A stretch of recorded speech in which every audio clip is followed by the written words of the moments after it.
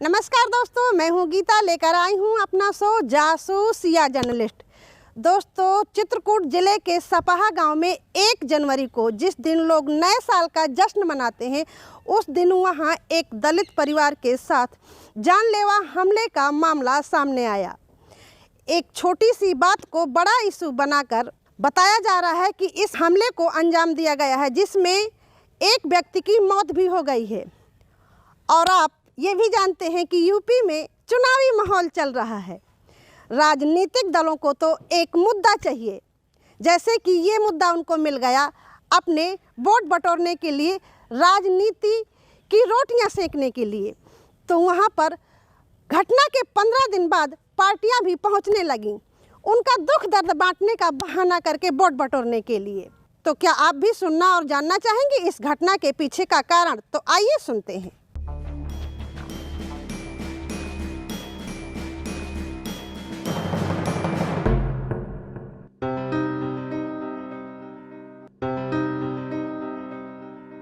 Coverage के दौरान जासूसी में पीड़ित परिवार से पता चला कि उनके परिवार की एक महिला जिला पंचायत सदस्य है। गांव के पटेल बरादरी के लोगों से चुनावी रंजिश का मनमुटाव चल रहा था। ब्लॉक स्तर से काम निकला हुआ था, वो नाले में काम लगवाए हुए थे। उसी समय विपक्षी परिवार आया और उसने कहा कि उनका ट्रैक्टर काम पे लगा लें, लेकिन पीड़ित परिवार ने मना कर दिया क्योंकि उनके पास खुद का ट्रैक्टर था। इस बात से नाराज लोगों ने पुरानी खुन्नस निकालने के लिए गाली गलौज शुरू कर दी। शाम को विपक्षी परिवार आता है और उनके गांव के पास रोड के किनारे बने घर में रह रहे लोगों के ऊपर हमला कर देता है। मतलब मैं यहाँ गांव के घर में आ गया, पिताजी हमारे कर भी चले गए और जैसे हमारे चाचा वहाँ खाना खाने गए थे, वहीं पढ़ते थे, एक छोटा वाला भाई था। तो बस ये अचानक आए और हमला कुल्हाड़ी लाठियों से किया। तो उनको तो मतलब इतना मार दिए थे कि अस्पताल जाते जाते अस्पताल में टूट गए, जैसे दवा होने लगी तो टूट गए वहाँ। और छोटा वाला भाई तो उसकी मारे खपरी उपरी फाड़ दिए, लेवर के हाथ वहाँ तोड़ दिए थे, पूजा की सीमक खपरी फाड़ दिए थे। और तो छोटा वाला भाई वो घुस गया था गाड़ी के अंदर, बुलेरो के अंदर, तो बच गया। और हमारे जेसीबी के कांच, बुलेरो के, स्कॉर्पियो के, ट्रैक्टर की लाइट वही सब तोड़ दिए। यहाँ पर लगा उसकी खपरी फाड़ गई। क्या नाम है इनको? फलेश। अच्छा, तो कितने लोग कुल घायल हुए आपकी तरफ के? 4। बाकी लोग का इलाज चल रहा है? हाँ। तो इलाज में कोई मदद मिल रही है? कोई मदद नहीं। अब वो घर के बाहर नहीं निकल पा रहे हैं।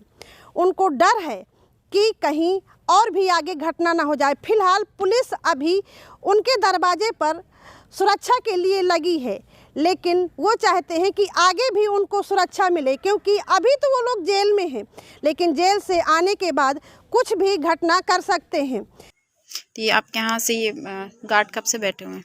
ये उसी दिन से है। उसी दिन से है। तो अभी भी खतरा है इसका मतलब? हाँ, आप लोगों खतरा है।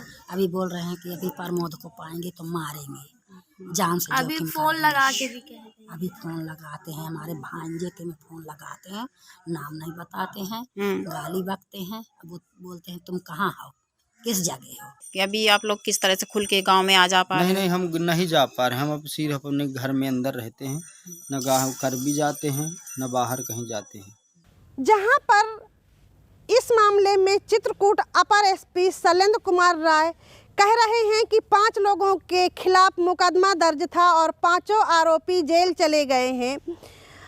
उनको जो सुरक्षा व्यवस्था चाहिए वो पीड़ित परिवार को दी जाएगी। तो वहीं दूसरी तरफ पीड़ित परिवार ये भी आरोप लगा रहा है कि जिस दिन 1 जनवरी को घटना के पहले झगड़ा हुआ था, उस दिन उन्होंने पुलिस को सूचना की थी, लेकिन मौके पर पुलिस नहीं पहुंची।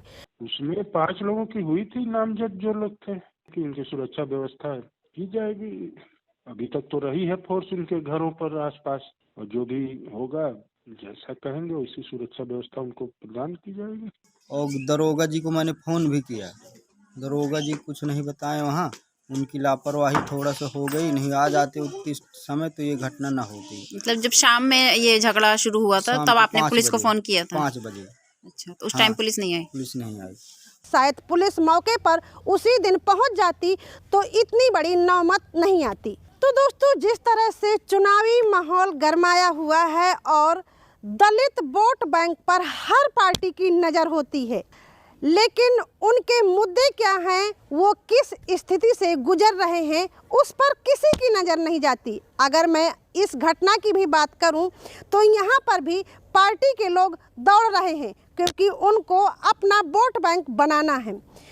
लेकिन क्या ये पार्टी के लोग उनको न्याय दिला पाएंगे, ये मेरा पार्टी के लोगों पर भी सवाल है और पुलिस प्रशासन पर भी।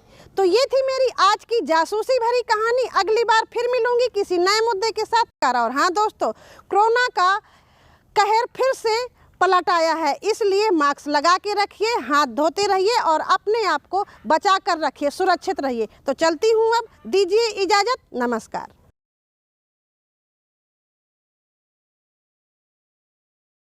खबर लहरिया, आपकी खबर आपकी भाषा।